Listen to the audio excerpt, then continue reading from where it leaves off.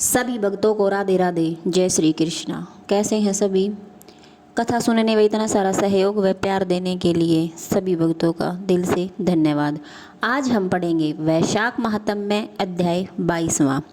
मैथिल बोले, इस वैशाख की कौन सी तिथियाँ बहुत पुण्यकारक हैं और क्या दान उत्तम है, और संसार में इन्हें किसने प्रख्यात किया है।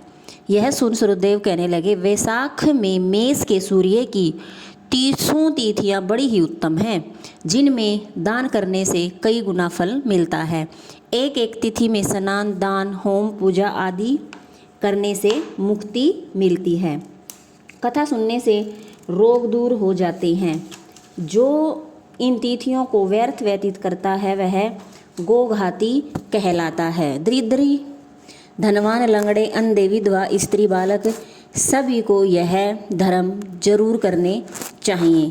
चैत्र के महीने में जब मेष की संक्रांति हो, उसी समय पापों को नाश करने वाली अमावस्या कोटि गया करने के फल देती है। यह एक पितृश्रों के संबंध में पुरानी कथा चली आ रही है। जब पृथ्वी पर श्रवण मनवंतर का राज्य था, 30वें कलयुग के अंत में जब संपूर्ण धर्म नष्ट हो गए, उसी समय धर्मवर्ण नाम का एक ब्राह्मण हुआ। उसने उसी कलयुग के मनुष्यों को पापों से युक्त और अपने अपने धर्म में हीन देखा। तब वह दुखी होकर महात्माओं के यज्ञ के दर्शन करने पुष्कर क्षेत्र गया। वहाँ ऋषि मुनि लोग कलयुग की प्रशंसा कर रहे थे। सतयुग में जो वर्ष भर में माधव भगवान प्रसन्न होते हैं, सो त्रेता में 1 मास में और द्वापर में 1 ही पक्ष में होते हैं। उससे 10 गुना पुण्य कलयुग में विष्णु भगवान केवल नाम लेने से ही प्रसन्न हो जाते हैं। केवल हरि का नाम उच्चारण करने से ही कलयुग में भगवान प्रसन्न हो जाते हैं। तभी नारद मुनि यह बात सुनकर खूब हंसने लगे और नारद मुनि बोले, यह कलयुग तो बड़ा ही पुण्य रूप है। केशव भगवान क्लेश नाश करने वाले हैं, केवल याद करने से ही प्रसन्न हो जाते हैं। परंतु कलयुग के आगमन में आप लोगों का यहाँ ठहरना उचित नहीं लग रहा। इस पाखंड में भारत को छोड़कर सुखपूर्वक अन्य कहीं चले जाओ। यह वचन सुन व्रतधारी मुनि यज्ञ समाप्त करके शीघ्र ही चले गए और धर्मवर्ण भी पृथ्वी त्यागने का विचार करने लगा। जटाधारी साधु की भांति कलयुग में अनाचरों को देखने लगा। वहां जाकर क्या देखते हैं कि संपूर्ण मनुष्य घोर पाप में मगन है। ब्राह्मण, शूद्र, सन्यासी पाखंडी हो गए हैं। पति पति में, गुरु शिष्य में, सेवक स्वामी में, पिता पुत्र में विरोध हो रहा है। ब्राह्मण, शूद्र गो बकरी के समान हो गई हैं। वेद कहानी मात्र हैं। सत्य कर्म साधारण सा हो गया है। देवताओं की जगह भूतों की पूजा होती है। इस कलयुग में भ्राता भगनी से, पिता पुत्री से संगम रखते हैं। साधु महात्माओं का अपमान होता है। यह देखते देखते वर्ण धर्म आश्चर्य युक्त हो पितरलोक को चला गया। पितरों को बड़े भयंकर दुखों तथा अंधकूपों में पड़े हुए देखकर वह बहुत दुखी हुआ और उसे वहाँ कोई सहारा नहीं मिला। उन्हें देखकर वह दयालु होकर बोला कि तुम कौन हो? तुमने ऐसे कौन से घोर पाप किए हैं जिससे तुम यहाँ पड़े हुए हो, और तुम किस गोत्र में उत्पन्न हुए हो, और तुम्हारा कैसे उद्धार होगा? यह सब तुम मेरे सामने कहो।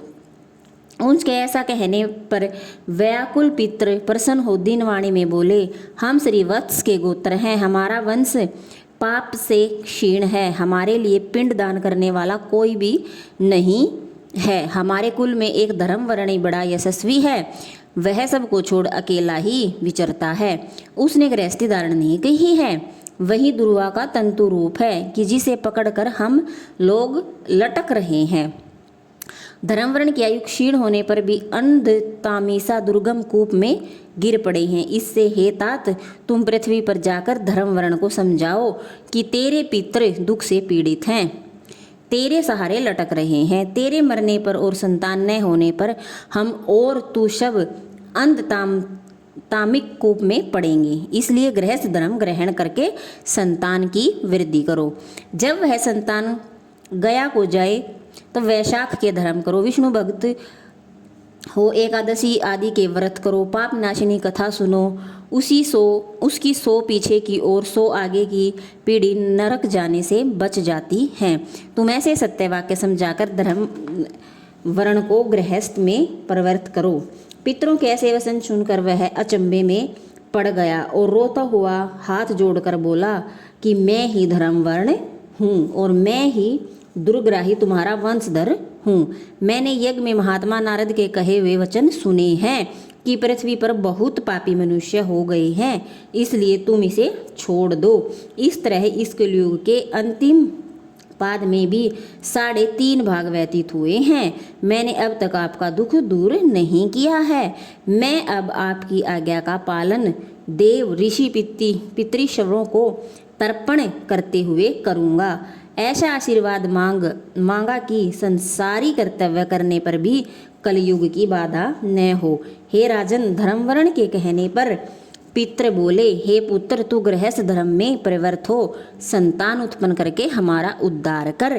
क्योंकि जिसके घर में तुलसी वृक्ष, शालिग्राम, महाभारत आदि ग्रंथ हैं, जहाँ कथा सत्संग होते हैं, हरि स्मरण कीर्तन और वैशाख धर्म कर्म होते हैं, वहाँ कलयुग कभी भी बाधा नहीं पहुँचाता।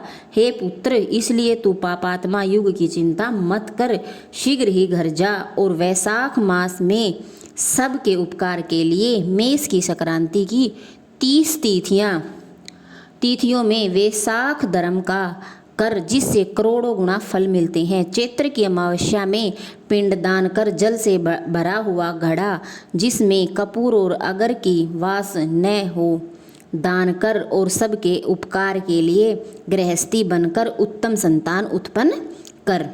पीछे मुनि की वृत्ति धारण कर सुखपूर्वक द्वीपों में विचरना। पितरों की आज्ञा पाकर धर्मवर्ण शीघ्र ही पृथ्वी पर आया और चैत्र मास में मेष की संक्रांति के दिन प्रातःकाल स्नान करके पितरों का तर्पण किया और जल का भरा हुआ घड़ा दान किया और पाप नाश करने वाला श्राद्ध करके अपने पितरों को ऐसी मुक्ति दी जिससे अवागमन छूट जाए। इसलिए यह मधुमास की अमावस्या भी बहुत शुभ है। इसके समान संसार में कोई भी तिथि नहीं है, नहीं सुनी है और नहीं देखी है। इसलिए इसी से धर्म वर्ण ने वैशाख के धर्म करके अपने पितरों का तर्पण करके अपने पितरों की मुक्ति की और उन्हें नरक से बचाया। वैशाख महात्म्य में अध्याय 22वां संपूर्ण हुआ। राधे राधे। जय श्री कृष्णा।